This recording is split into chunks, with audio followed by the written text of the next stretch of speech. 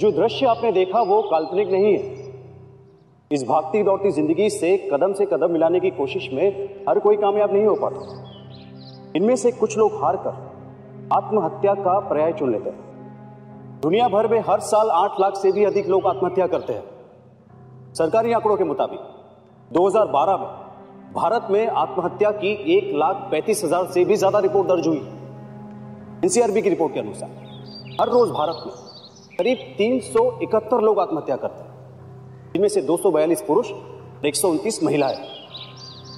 ऐसी क्या वजह थी तो ये शख्स अपनी जान लेने पे आमदा था? इस दबाव में आकर इसने अपनी जिंदगी को खत्म करने का ये रास्ता चुना। नमस्कार, मैं गिरीश जैन टाइम अलर्ट में आप सबका स्वागत करता हूं। आइए देखते हैं यूपी के नोएडा में समाज को शर्मसार कर देने वाली ये घटना।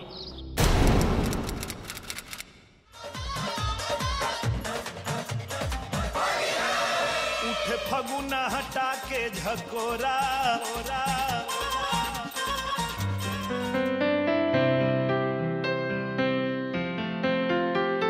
सरिता जी, मेरी वो ब्लू शर्ट कहाँ है? आई। हाँ जी, कौन सी शर्ट? शर्ट तो पहनी हुई है आपने। हाँ, मैं इस शर्ट की बात नहीं कर रहा। फिर कौन सी शर्ट चाहिए आपको?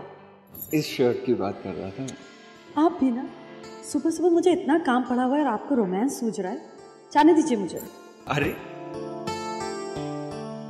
अब तुम्हें इतना भी समझाना पड़ेगा कि पति जब काम पर जाता है उसे हैव अ नाइस डे कहते हैं। अगर मम्मी पापा ने हमें इस हालत में देख लिया ना तो आपका अच्छा वाला हैव अ नाइस डे हो जाएगा। अरे तो क्या हुआ, बीवी हो तुम मेरी। सुनो, I'm gonna miss you all day. Love you so much. अरे I love you too.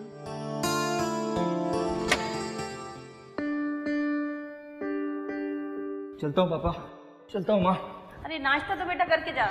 नाश्ते का टाइम नहीं है माँ। अरे बेटा, ऐसा कौन सा काम जिसमें नाश्ते और खाने का भी टाइम न मिले? आज होली दहन है, टाइम पर घर आ जाना। अब क्या पापा, क्या होली और क्या दिवाली। अब पैसा होगा तो हर दिन होली और हर रात दिवाली। मुझे देर हो रही है, अब मैं जा रहा हूँ।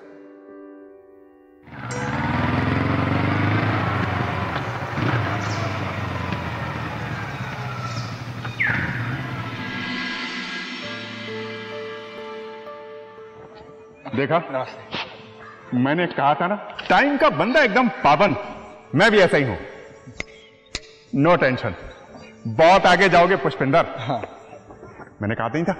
ये फाइल। हाँ हाँ हाँ, क्लियर। जाओ शुरू करो और ये सब फटाफट। हाँ, और सुनो पुष्पिंदर, कैसा चल रहा है सब? आपसे क्या छुपाना, कुछ सही नहीं चल रहा। सिर्फ प्रॉपर्टी के बिजनेस में इतने सारे एजेंट्स आ गए, इतना कंपटीशन है, और ऊपर से ये डिमोनेटाइजेशन। मार्केट में बायर्स ही नहीं है। पता है पुष्पिंदर, छोटे लोगों के साथ रहोगे ना तो ऐसा ही होगा। बड़े लोगों के साथ रहो, बड़ा डील करो। अब मुझे ही देखो, पूरे महीने पार्टी करता हूं और वहीं बड़े बड़े रिलेशन बनाता हूं। मतलब सेलर और बायर के बीच में मैं अकेला किंग। नो टेंशन, 2-3 महीने में एक भी डील पक्की हो जाए ना पुष्पिंदर, 25-30 लाख रुपए तो यूं ही अंदर हो जाते हैं। 25-30? महेंद्र भाई, वो क्या है, थोड़ा मेरा भी जैक लगा दो ना। मतलब 2-4 बड़े बड़े क्लाइंट अगर मुझे भी मिल जाए तो मैं भी सेट हो जाऊंगा। अच्छा सुनो ना, वो क्या है ना, वो एक बहुत ही अच्छी लीड मेरे हाथ लगी है। बहुत ही अच्छी और बिकाऊ जमीन है, और उसके सेलर ने मार्केट में किसी और को बताया नहीं कि उसे वो जमीन बेचनी है। सिर्फ मुझी को बताएगा। अगर कोई बड़ा इन्वेस्टर मिले तो मुझे बता देना। नो टेंशन पुष्पिंदर, तुम बिल्कुल सही वक्त पे आए हो। क्या है ना, कल होली की पार्टी है, बहुत खास लोग आ रहे हैं। प्रॉपर्टी तुम्हारे पास है, बायर मेरे पास है। नो टेंशन, ऐश करेंगे। तुम कल आ जाओ, तुम्हारा सबसे इंट्रो करवा देते हैं। और हाँ पुष्पिंदर, बाइक नहीं, कार लेकर के आना। पुष्पिंदर, सरिता भाभी को भी ले आना। सरिता? लेकिन महेंद्र भाई, सरिता का पार्टी में क्या काम? पुष्पिंदर, ये होली पार्टी यार, फैमिली के साथ आओगे तो थोड़ा खुलने मिलने में आसानी हो जाएगी, डील और आसानी से हो जाएगी। नो टेंशन, आना। ठीक है महेंद्र भाई।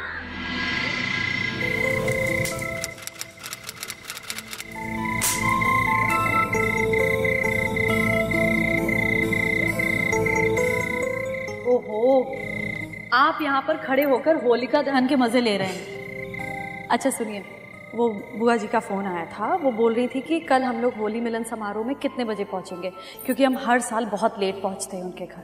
इस बार हम मिलन समारोह में नहीं जाएंगे। यस, क्योंकि इस बार हम होली मनाएंगे अप्सरा रिसोर्ट में।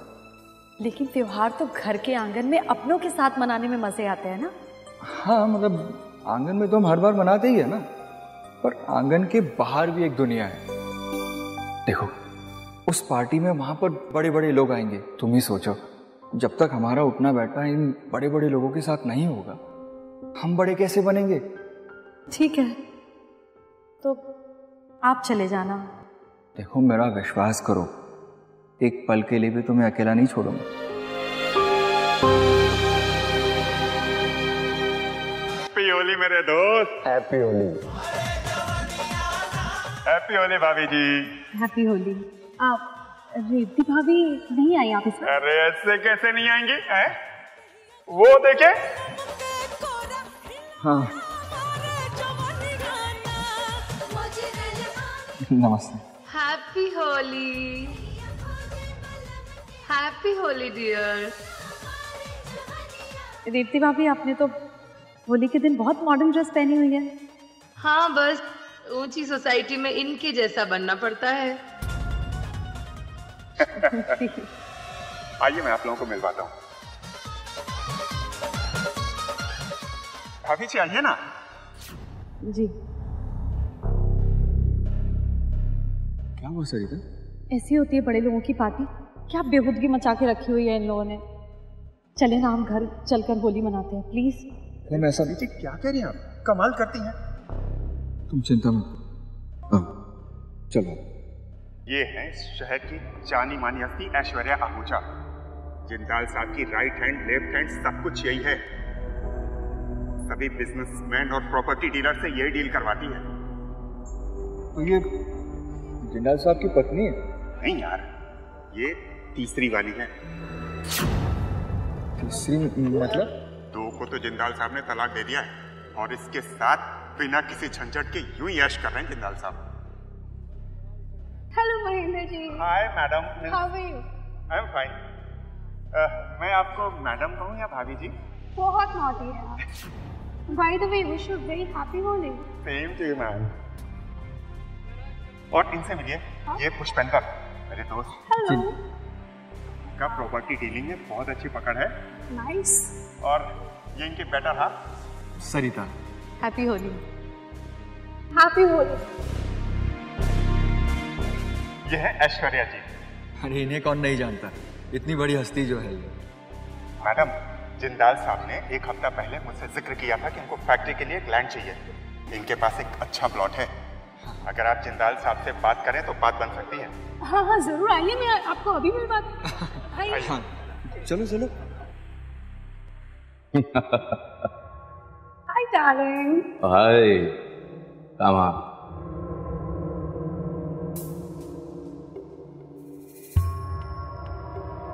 Mahendra, how are you? Fine sir. Sir, ये मेरा दोस्त है पुष्पेंद्र। Oh good. आपको होली मुबारक। आइए बैठिए।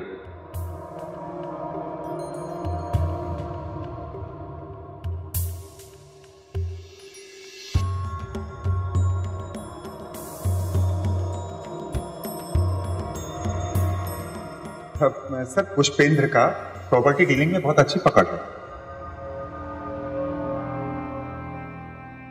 महेंद्र जी बता रहे थे कि उनके पास एक अच्छा प्लॉट है जहां हम अपनी फैक्ट्री लगा सकते।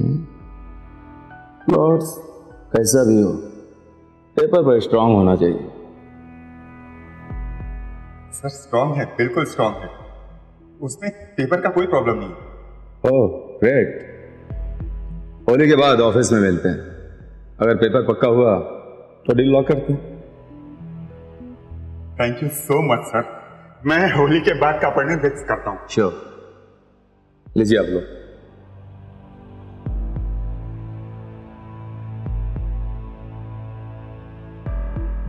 आप लीजिए। जी, मैं शराब नहीं पीती। क्या बात है, आज के टाइम में भी ऐसी औरतें होती हैं? स्ट्रेंज। वैसे मैं आपको देखते ही समझ गया था कि आप आज की लड़कियों से बिल्कुल अलग हैं। Simple typical Indian woman. And you know what, I like Indian woman. वैसे आप जितनी सिंपल हैं उतनी ही खूबसूरत।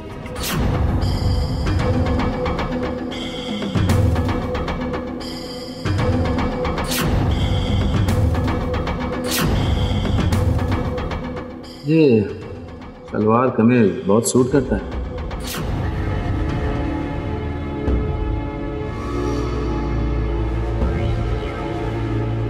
आइए होली एंजॉय करते हैं।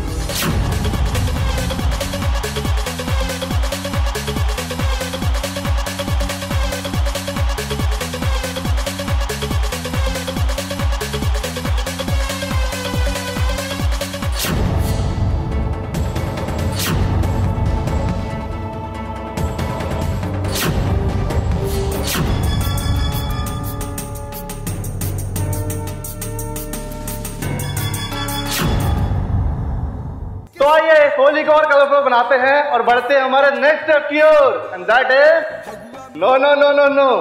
कुछ बातें कही नहीं जाती बल्कि समझी जाती हैं, और मुझे यकीन है आप सब समझ गए होंगे कि यहाँ क्या होने वाला है।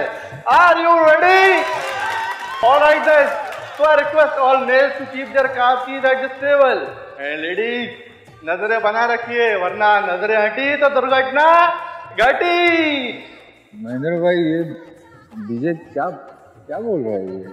अरे यार, ये बड़े लोगों की पार्टी है, सब होता रहता है। अभी आगे आगे देखो क्या होता है।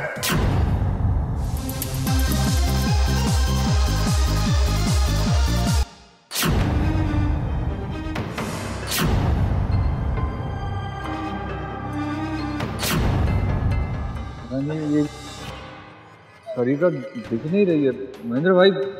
अरे यार, भाभी जी को ठंडाई चढ़ गई होगी, कहीं बैठी होंगी। तुम गेम पे ध्यान दो ना यार।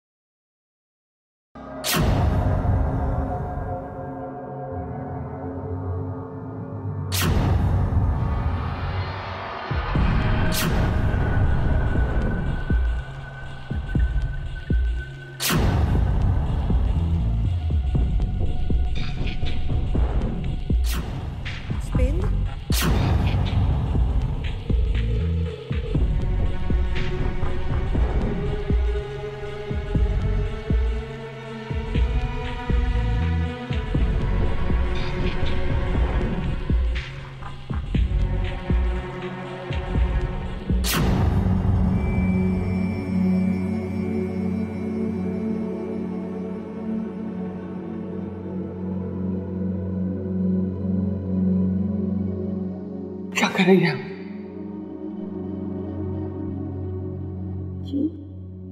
कुछ गलत करेंगे।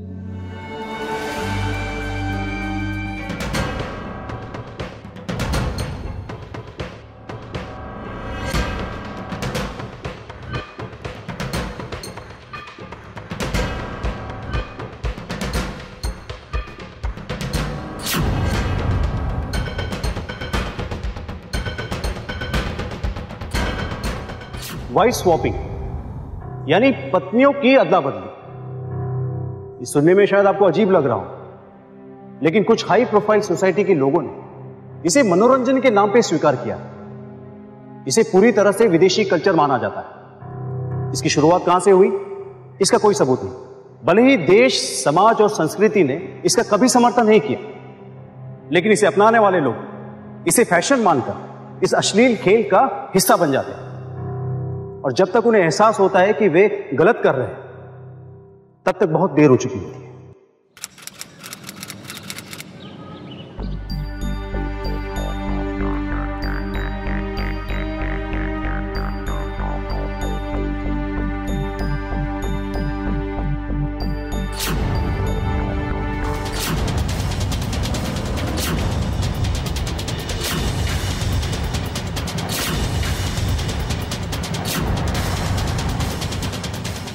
Wife swapping?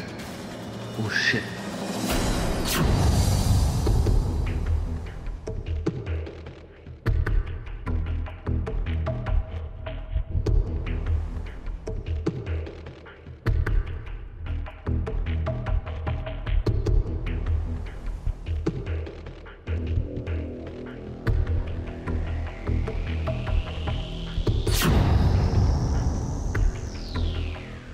तुम उठ गई? आप सुबह सुबह कहाँ चले गए थे? कुछ नहीं, बस वो नीचे टहलने गया था बस। मुझे अजीब हो गया, रात में तो बड़ा प्यार आ रहा था, सुबह छोड़कर चले गए मुझे। इसका मतलब इसे कुछ भी नहीं पता चला। मेरा सर क्यों इतना भारी हो रहा? तो कह रही थी ना आपसे, इन्होंने वो ठंडाई में कुछ मिलाया जरूर। हम घर कब चले गए? आप बस तुम फ्रेश हो जाओ, उसके बाद हम चलते। No tension. यार पता है पुष्पिंदर, तुम जो है ना बिना मतलब ही टेंशन ले रहे हो। बड़े बड़े लोगों में ये ऐसी बातें होती रहती हैं। उसे पता चलना होता तो अभी तक पता चल गया होता। अब तुम इन बातों में समय बर्बाद मत करो और डील पे ध्यान दो और अपनी पत्नी को ये सब बता करके मुसीबत मोल मत लो। आप समझ नहीं रहे महेंद्र भाई, मैं अपनी बीवी से बहुत प्यार करता हूँ। तो करो ना प्यार, तुम्हें तुम्हारी बीवी से प्यार करने से कौन रोक रहा है? प्यार करना अच्छी बात है, पर पुष्पिंदर डील पे भी ध्यान दो। ऐश्वर्या को फोन करके जल्दी से जिंदाल साहब से मीटिंग फिक्स करो। एक बार ये मीटिंग फिक्स हो गई ना पुष्पिंदर, नो टेंशन।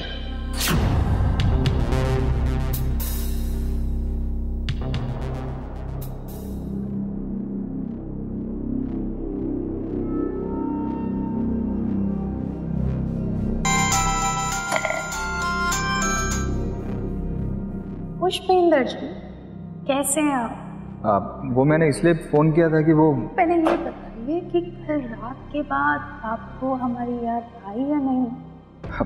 देखिए मैडम, मैं वो सारी बातें नहीं करना चाहता हूँ। आप जिंदाल साहब से बात करवाएंगे प्लीज? अरे आप ये सब छोड़िए, ये बताइए कि सरिता जी कैसे हैं? उनको कहिएगा कि जिंदाल साहब ने उन्हें दिल से याद किया है। देखिए मैं आपसे पहले भी कह चुका हूँ कि मैं वो सारी बातें नहीं करना चाहता हूँ। और हाँ, सरिता को इस मैटर से बाहर रखिए प्लीज।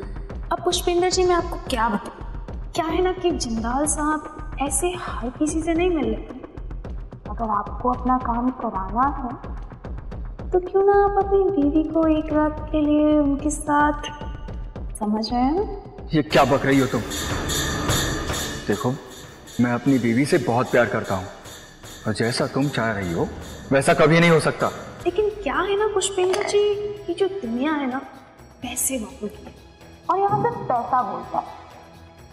ये जो प्यार, वफा, कस्में, वादे, ये सब बकवास चीजें हैं, रखियानुसी सी बातें हैं। अब देखो भाई, आपको अपना काम कराना है और बड़ा आदमी बनना है या नहीं बनना है? बनना है ना, तो बस आप जैसा मैं कह रही हूँ वैसा करते रहिए। अपनी बीवी को एक रात के लिए जिंदाल साहब के पास भेज और डील डन। तुम अपनी बकवास बंद करो।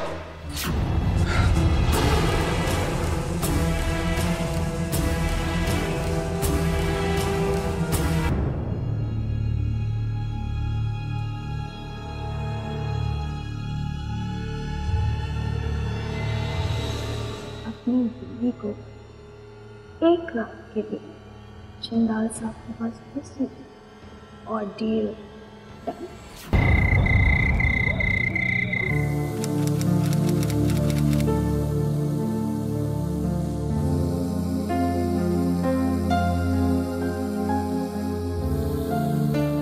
क्या बात है?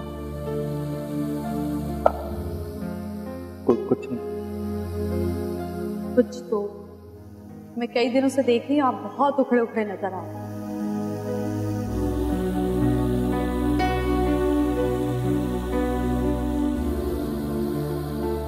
ऐसी तो कोई बात नहीं। मैं दूध लेकर आई उस दिन।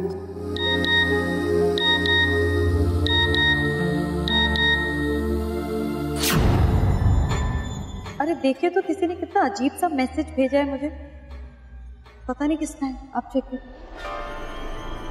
गजब की खूबसूरत हो तुम, होली का रंग तो उतर गया लेकिन तुम ज़हन से नहीं उतरी।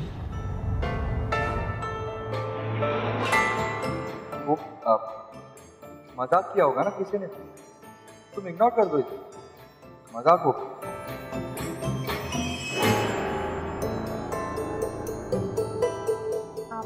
आप मुझसे कुछ छुपा तो नहीं रहे हैं? मैंने कहा ना कुछ नहीं छुपा।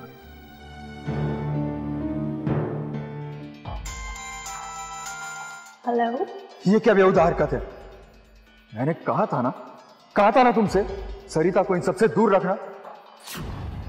देखो इन सब का अंजाम अच्छा नहीं होगा, समझे? तो होल्ड ऑन, मैंने कहा था ना कि तुम्हारी डील।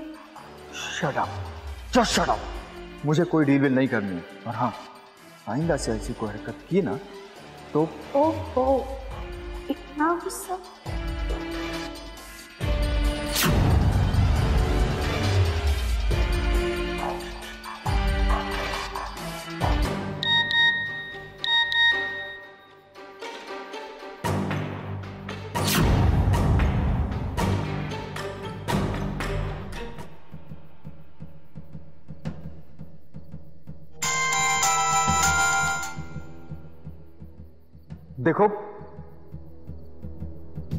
देखो मैं तुम्हें आखिरी बार कह रहा हूं, सुनो मेरी बात, ऐसी नादानी ना भूल के भी मत करना।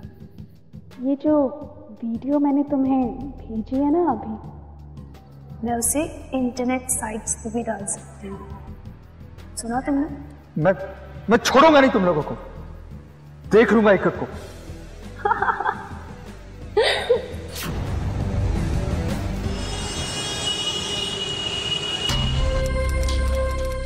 ये क्या खेल खेल रही हो? साबित क्या करना चाहती हो? अब पुष्पेंद्र जी आप आएंगे ये तो पता था,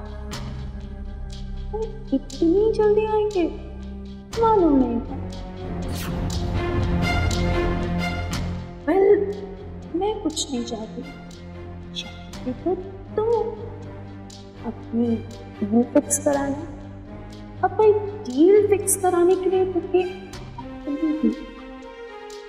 बस एक बार चंदाल साहब के साथ।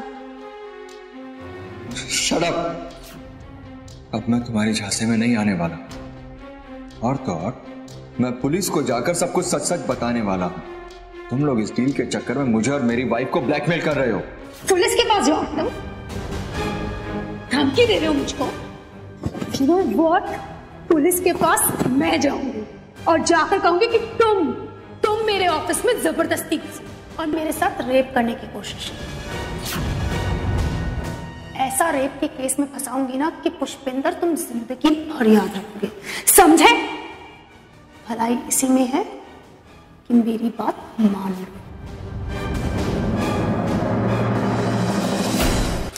पुष्पेंद्र आपका बेटा है? जी, लेकिन हुआ क्या? कहाँ है? पता नहीं, सुबह से कहीं गया हुआ है।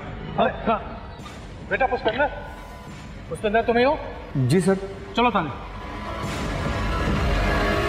सर मैंने किया क्या? चलो वहाँ पता चलेगा। सर कुछ तो बताओ। ना चलेगा वहाँ पता। लेकिन सर बेटा आखिर तुमने ऐसा किया क्या कि घर पे पुलिस आ गई है? पापा मैंने कुछ भी नहीं किया है। तो फिर पुलिस क्यों आई है? पापा आप चिंता मत कीजिए, मैं जल्दी वापस आ जाऊंगा। ऐश्वर्या जी, ये रहा पुष्पेंद्र ओझा जिसने आपके साथ फ्रॉड किया। अरे इंस्पेक्टर साहब, आप किसे लेकर आए हैं? भाई ये वो पुष्पेंद्र ओझा तो नहीं है, ये तो निहायत ही शरीफ इंसान है, ये ऐसा नहीं कर सकते। मैं इन्हें अच्छे से जानती हूँ, बताने की जरूरत नहीं है। ऐसे केसेस में लड़कियों की एक स्टेटमेंट ही काफी रहती है, मान जाओ। पर मुझे तुम्हें बताने की जरूरत नहीं है, ऐसे केसेस में लड़कियों की एक स्टेटमेंट ही काफी रहती है, मान जाओ। एनीवे सर, जब आपको असली पुष्पेंद्र ओझा मिल जाए तो आप मुझे इन्फॉर्म कर दीजिए, मैं चलती हूँ। बिल्कुल। क्या तुम्हें पता है कि उसने ऐसा क्या किया? नहीं पापा जी।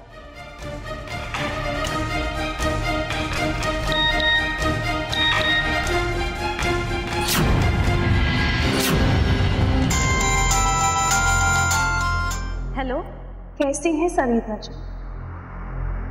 मुझे पता था आप मुझे आज कॉल जरूर करेंगे। क्या है ना, तुम्हारा पति मेरी बात नहीं मानता, बिना तुमने से समझा वो मेरी बात मानती। अब जो पिक्चर्स मैंने तुम्हें भेजी है वो तो तुम देख ही चुकी होगी, राइट? लेकिन तुम हो कौन और मुझसे और मेरे पति से क्या चाहती हो? वेल, क्यों ना तुम अपने पति से खुद पूछ लो कि मैं कौन हूँ और क्या चाहती हूँ।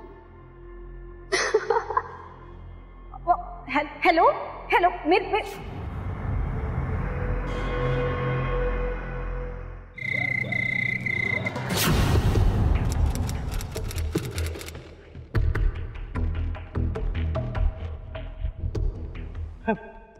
बेटा तुम ठीक तो हो?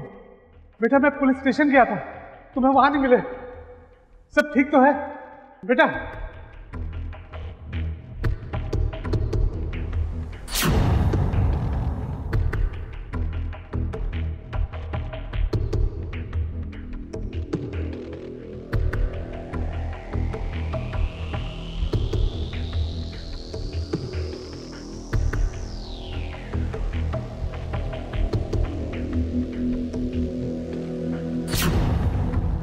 क्या है? कौन है ये? क्या किया है तुमने इसके साथ?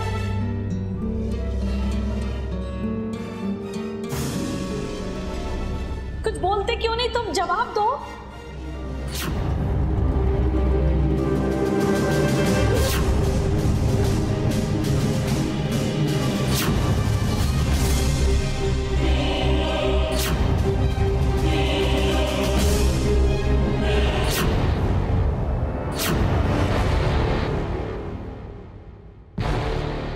अभी भी वक्त है, मेरी बात मान लो, नहीं तो ये झूठा केस ना सच में भी बदल सकता है।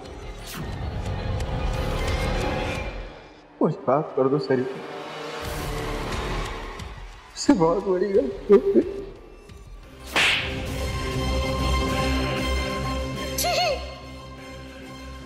शर्म नहीं आती तुम्हें?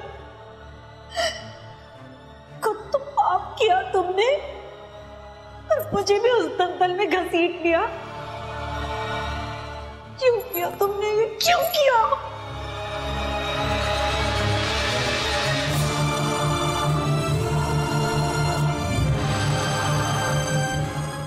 चले जाओ यहाँ से पुष्पित, तुमने मेरा विश्वास तोड़ा है और आज के बाद कभी अपनी शक्ल मत दिखाना मुझे।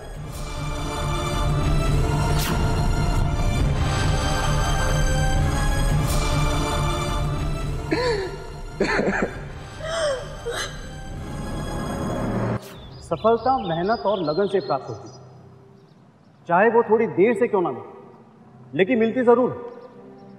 इंसान का एक गलत कदम उसकी ईमानदारी से कमाई हुई सारी इज्जत एक ही पल में खाक में मिला देता है। पुष्पेंद्र के पापा बृजभूषण का कहना था कि सफलता का कोई शॉर्टकट नहीं होता, लेकिन उसे अपने पापा की ये बात पुराने ख्यालात की लगती और अपने बड़े बनने की इस अंधी दौड़ में उसने अनजाने में अपनी बीवी को भी शामिल किया। इंसान की सफलता की वजह उसकी काबिलियत और मेहनत होती है। कामयाबी पाने के कोई शॉर्टकट नहीं होते, लेकिन कुछ लोग कामयाबी पाने के लिए किसी भी हद तक गुजर जाते हैं, यहां तक कि वो अपराध का रास्ता भी चुन लेते हैं। एक पत्नी होने के नाते सरिता ने अपने पति का साथ दिया, लेकिन होली में हुए हादसे से अनजान सरिता ये नहीं जानती कि उसके पति के पैसे कमाने की ख्वाहिश उसे जिंदगी में ऐसे निर्णय लेने पे मजबूर करेगी जिसकी उसने कभी कल्पना भी नहीं की।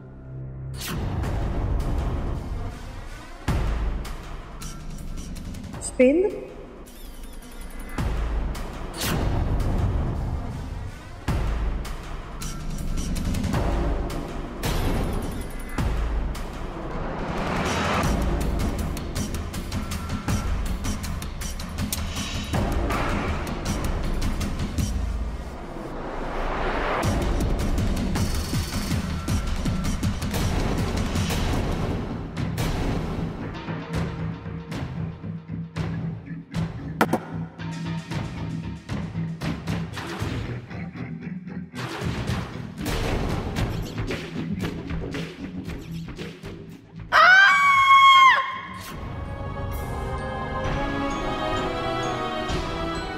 क्या कर रहे हैं आप?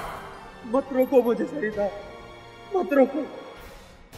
मुझे जीने का कोई हक नहीं है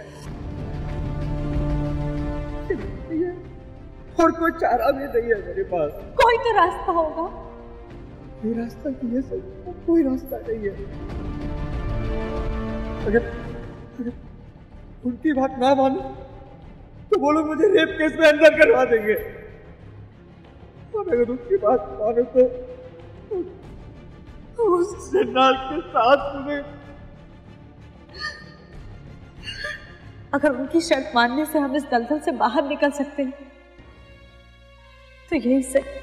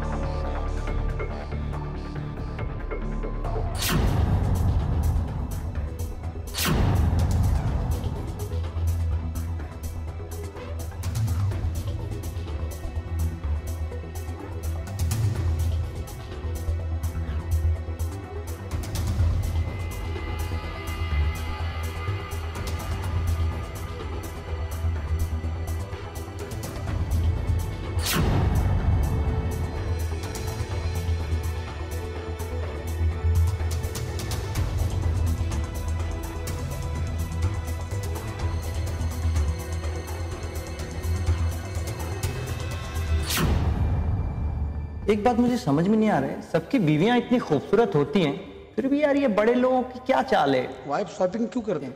यार तुम भी ना, पैसों का खेल है। देखना नेक्स्ट पार्टी में मेरे साथ होगी हो। अच्छा देखते हैं। देख लो, चैलेंज है मेरा।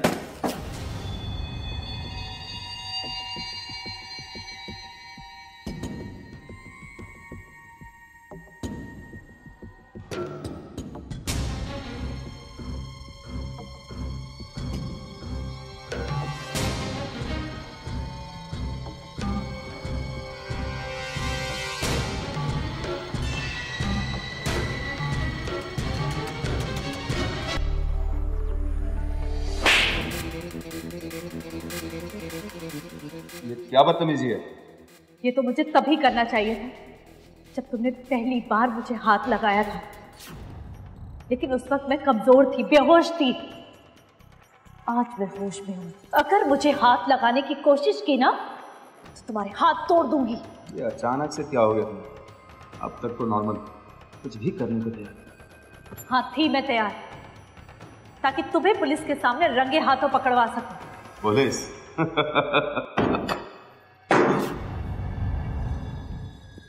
इंस्पेक्टर साहब, यही वो आदमी है जिसने मेरे नशे में होने का फायदा उठाया है और इसके पास मेरी कुछ अश्लील तस्वीरें भी हैं, जिसकी वजह से ये मुझे और मेरे हस्बैंड को ब्लैकमेल कर रहा है। ले चलो इन्हें। ऑफिसर, ये ठीक नहीं कर रहे हैं। चलो चलो। ये देखो,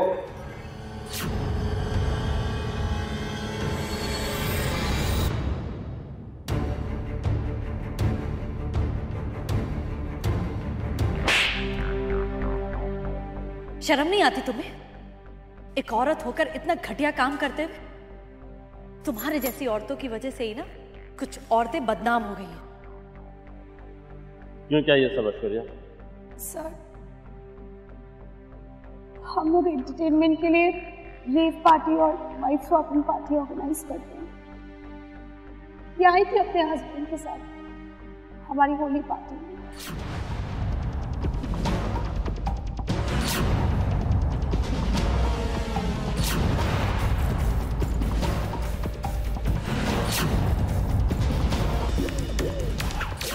ऐश्वर्या, ये लड़की बड़ी दिलकश चीज है।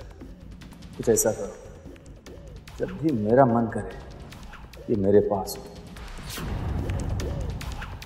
अब कोई डील फिक्स कराने के लिए तो बस एक बार चंदाल साहब के साथ। सर, मैं तो बस इनकी डिमांड को हर हाल में पूरा करना चाहती थी, सिर्फ इसलिए मैं। तुम दोनों को क्या लगता है कि मैं तुम दोनों की ब्लैकमेलिंग से डर जाऊंगी और तुम्हारी एक घटिया शर्त मान लूंगी और तुम लोग मुझे और मेरे हस्बैंड को ब्लैकमेल कर पाओगे? इंस्पेक्टर साहब, ले जाइए इन लोगों को यहां से। चलो।